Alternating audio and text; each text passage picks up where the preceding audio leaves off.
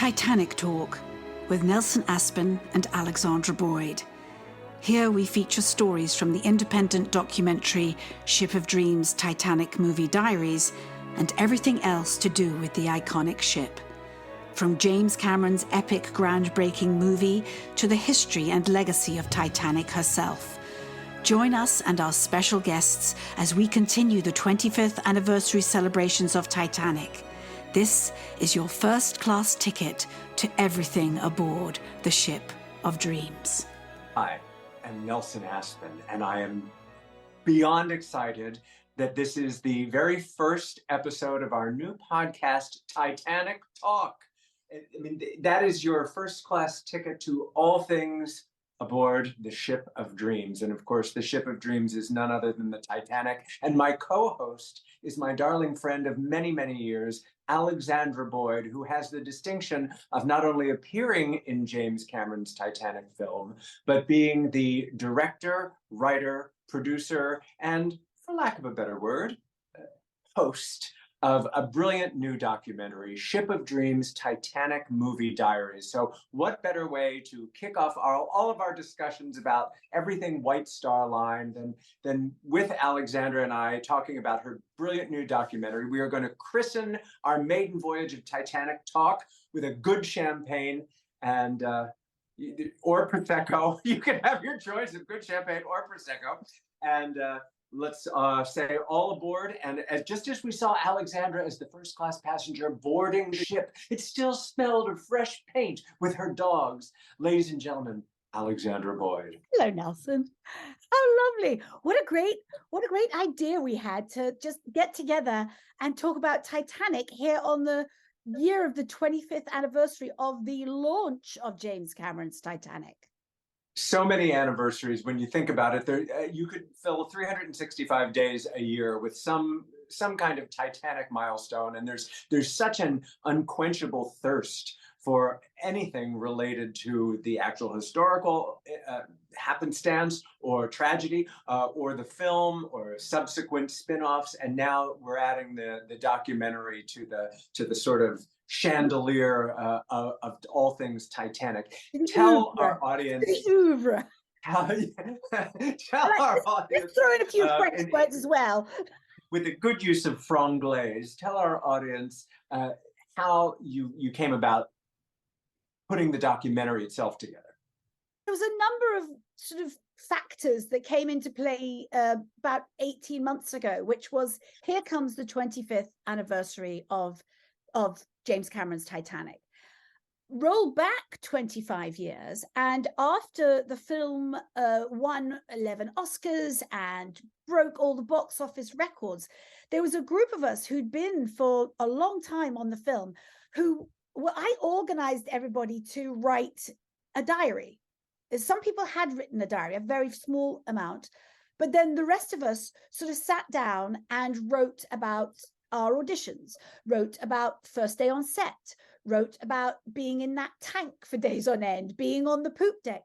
And the idea was to get a book published, but that was, 1998. There was no internet, there was no self-publishing. You had to go through a publisher, and, with many things, it just had sort of, that ship had sailed.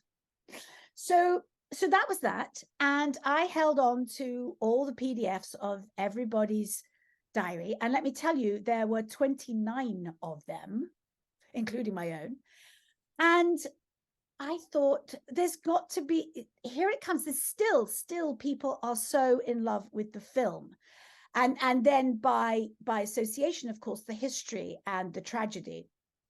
And because of social media, I have connected with some wonderful fans, superfans, Titaniacs, as they call themselves, who not just know every single frame of the film, but have turned their lives into and their passion into something else that you'll see in the film. You'll see in the documentary Dale making his Barbie-sized miniature, exquisite museum quality reproductions of Kate Winslet's costumes, as an example, or Zach, who spends all of his spare money on the props and costumes from the film itself. So there seemed to be like this double set of stories that had to be dovetailed together into a love letter for the film, and that's what we've got. There is a magic, thanks to social media, which, as you said, wasn't around when James Cameron's film was being made, that brings people together. You used to have to go to like a Comic-Con to meet like-minded people, you know, for your pop culture fix. But now with social media, all the Titaniacs are brought together, and it's been a treat for me as a Titaniac myself to get to interact with these folks, and I've met a few and look forward to meeting more. And now things like the podcast will open that even wider. But our friendship, which goes back almost 40 years, a lot of it has to do with my being a Titaniac back then. Before you got the part on the film, we don't want to spoil too much because that's part of the documentary as well. But it was my love for the Titanic story. When you came to audition for Titanic film, our friendship was very serendipitous for all of us sitting here today. Briefly, tell the audience about that. Well, you've sort of teed it up perfectly. That's why I had to put you in the film as well, because we're all connected by the ship, by the film. And I remember casually mentioning at a party in your garden, oh yes, I've got this audition, and I'm playing, it's to play a part that doesn't really have any lines, but they've suggested I look up, the Countess of Roths. And you're like, the Countess of Roths, who steered the lifeboat of number 8. And I was like, what? I did sort of that like whiplash double take, what? And because you had a shelf full of videos and books and your lump of coal exhumed from the wreck, I could tell we had to sit down and work together on what I needed to put together for a monologue. And and it just going back to why the film exists, it seems like you mention Titanic to almost anybody and they have an idea or a thought or an opinion about it. And I still haven't quite put my finger on it. I think the question is still out there, but by the time you get to the end of the documentary, the question is still there, why? But at the same time, it doesn't matter because it's such a fantastic subject, such a fantastic thing to be passionate about. There have been countless horrible tragedies over the centuries, but I don't know what it is about the Titanic disaster that seems to resonate universally.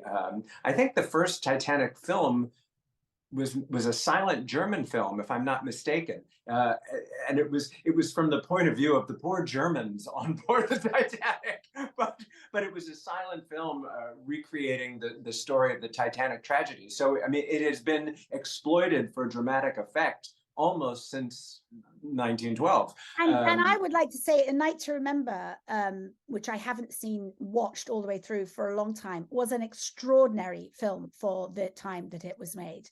The horror and the terror really comes across. And, I'm sure there were uses of models and they were on some, in some tank somewhere, but it stands up to this day as a film that really draw. And I remember it being on television when I was a little girl, and you just being totally feeling the peril of these people as their lives were slipping away from them.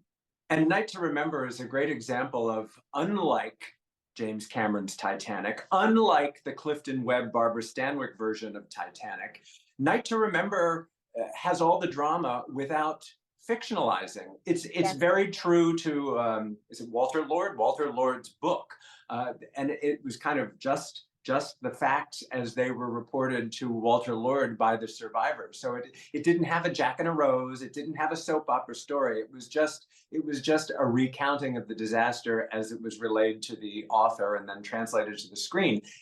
That said, when you look at dramatic interpretations like the Barbara Stanwyck version, the Catherine Zeta-Jones TV version, or James Cameron's version, it's the perfect backdrop for a Romeo and Juliet story or whatever other soap operatic devices you want to employ. And to that, when I first read the script of Titanic, I was like, what is going on here? Why?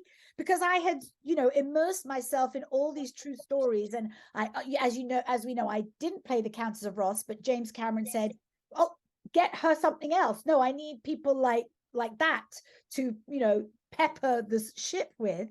And I had really immersed myself, and there were so many brilliant stories. And I was like, wait a minute, what's this? And it sort of took me aback, and could not have been more wrong about the outcome, since the people who saw the film when they were very young were drawn in by that Romeo and Juliet story. And that led to them finding out more about the ship and more about the real people. So it was this, whether it was intentional or not, it was a fantastic, dramatic choice to do that against all of the the purists who would say, just tell the real stories. And it's all going on around those two young people. And it's brilliant. It's genius. I wonder what it is. I mean, as a kid, I would play Titanic in the swimming pool. I remember reading Clive Cussler's book, Raise the Titanic, which was a fanciful fiction book about what if they were actually able to locate and raise the Titanic from the depths. They made a film version of that as well. But it created a lifetime fascination for me with all things maritime. Going on cruises, watching movies like The Poseidon Adventure that had something to do with tragedy at sea. And for all the cruising that I do, fortunately, I've never been in a disaster at sea, but I'm not afraid of it. I think I know how to handle it. And I think that the next logical step for us to do is to take your film, Ship of Dreams, Titanic Movie Diaries, assemble the cast, and hit the cruise circuit. Because I've worked a few cruise ships as a singer and as an MC, and I think this would be a natural progression. And some of the guests that we'll have on upcoming episodes of the podcast from your gathered Titanic family, and some new family members that we've yet to meet as well, I'm sure. Who are some of the guests you'd like to see chat with us sometime? Oh, well, first and foremost, as you said, some of the cast members. So let's sort of go through those. We've got Liam Toohey, who famously played the baker, who's on the back of the ship on the poop deck as it's going down, slugging on his father's hip flask. Liam, a fine Irishman. We've got Mark Capri, who plays steward number 4, who gets punched by Rose in the corridor. He's trying to lead her up, and she's trying to go back down to save Jack. There's Rebecca Klingler, who plays the mother. Her title was Mother at Stern, and we just used to call her Rebecca Mother at Stern. Everybody was identified by their title. Does she have children in real life? Does Rebecca have children? No. Oh, she would be a very stern mother, so it's probably for the best. Well, she tells a great story about the little boy that played her little boy in the film. And who else? We have Judy and Ellen, who, to put us all to shame, were there longer than any of us. They were there, and they were core extras. They lived in San Diego. They hadn't met before they were on the film. And now, 25 years later, like bosom buddies. And they explain what core background extras are for someone who might not know. Yes, thank you. So a lot of films have people in restaurants or on the street. You have to people your world with people you've paid. You can't just take literally people off the street. But when you do a big movie like Titanic, you need those people to be there a lot. You need them to recur, and especially with something like Titanic, they have to have or acquire certain skills, like floating in the tank or being strapped to the poop deck when it was at 90-degree angle. So they showed up, I think, just expecting a couple of days work, or maybe a couple of weeks at the moment, most. But we'll ask them when they come on as guests. I think they were there for the full 8 months, and they became Simon Crane, the stunt coordinator. They became his favorite people, and James Cameron. they saw everything. They saw everything, mostly as third-class passengers.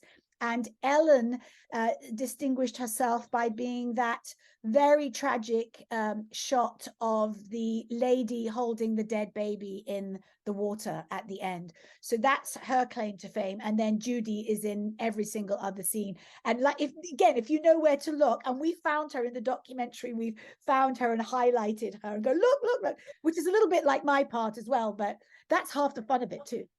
Well, yes, and that, I mean, in anything, seeing the little bits and bobs, which is what makes the documentary so brilliant, is that the Titaniacs, especially those coming back for a 25th anniversary screening of Cameron's film, you do know what to look for. And I recently saw your deleted scene, the scene where the ship has struck the iceberg and people are milling about the hallways, and there was a scene that was not in the final cut with you and presumably your husband, another gentleman coming out of your stateroom. Whether or not that was your husband could be a whole other movie.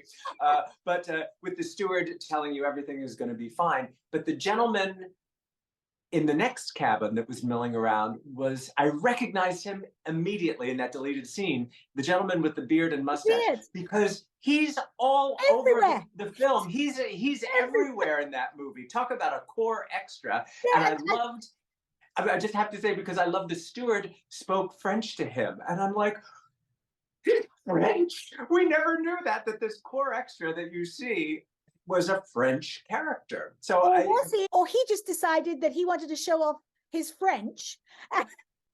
I recognized the steward from the scene where you board the ship. When you're walking onto the ship with your dogs, that's the same steward smiling at you as you're boarding the ship that later told you to relax. His character name was Steward Barnes, and I gave him his name when that deleted scene, and he's like, "Thank you for naming me. Thank you for giving me that." But of course, gone.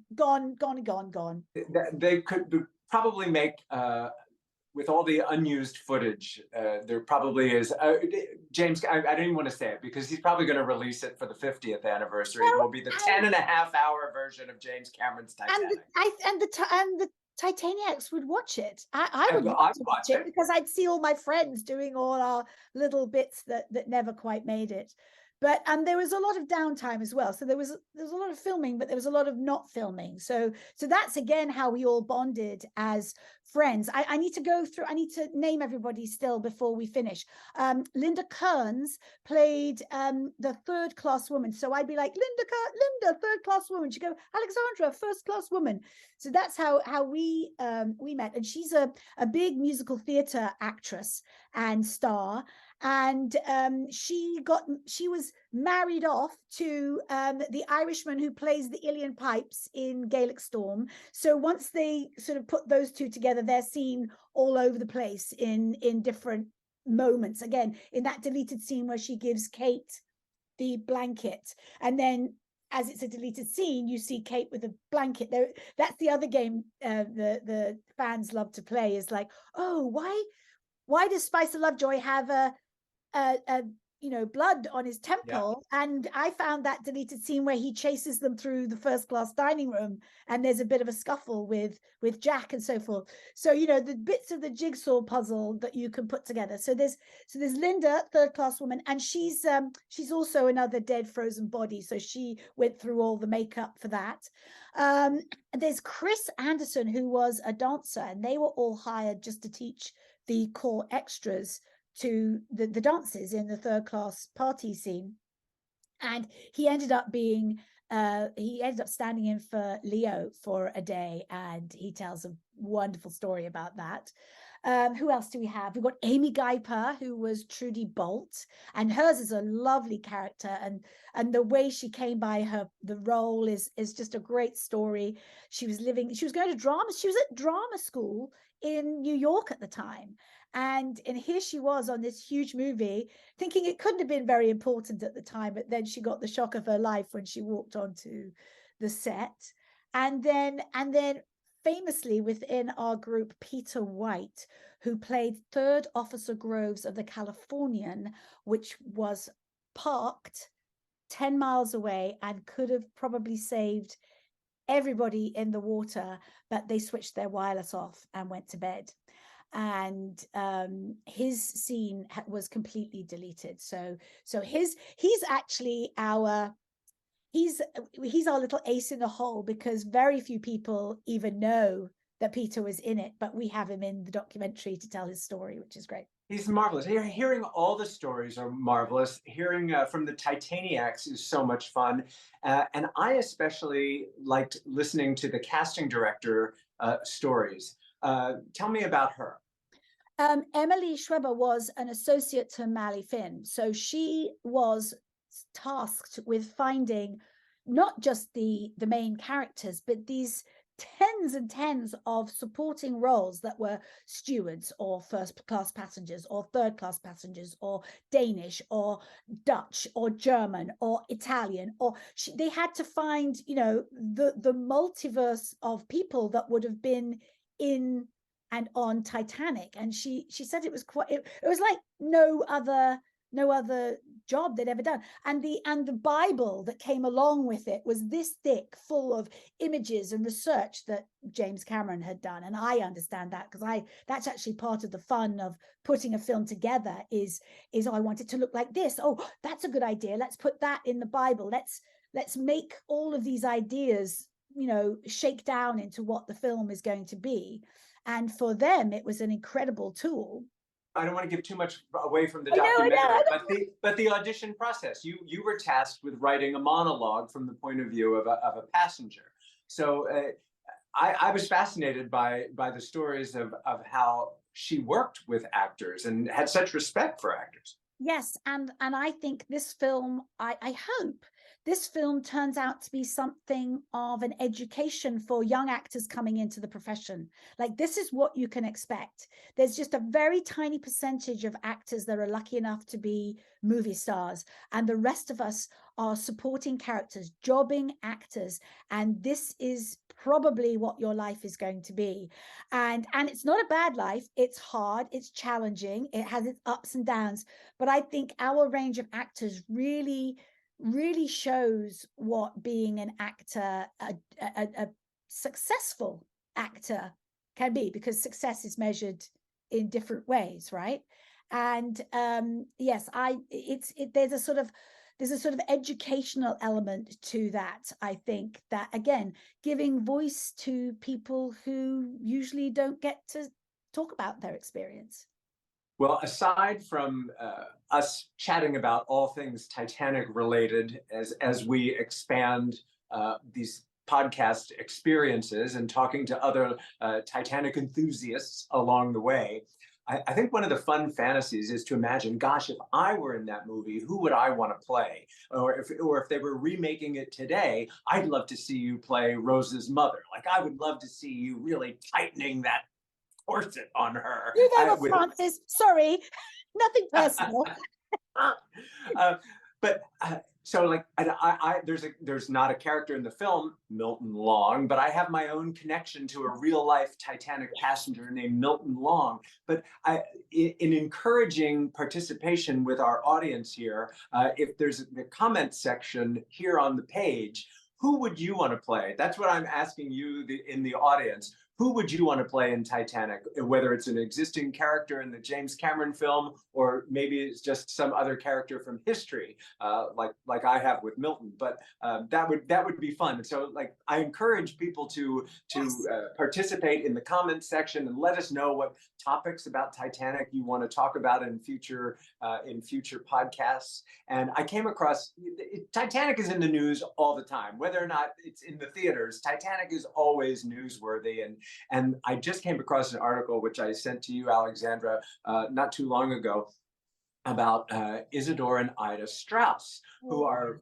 very famous in Titanic legend because they were the older couple who were offered places in the boat, primarily because, well, she was a woman and he was a first class older gentleman. So they were to go, and of course, the gentleman, being a gentleman, did not want to take a place before the ladies, and the wife refused to go without him. She'd been with him all those years. So, of course, in the Cameron film, we see them in bed together as the water is rushing in. And this interesting article, the real story was that they were last seen holding hands on deck together before a wave washed over them. His body was recovered. Hers was never recovered.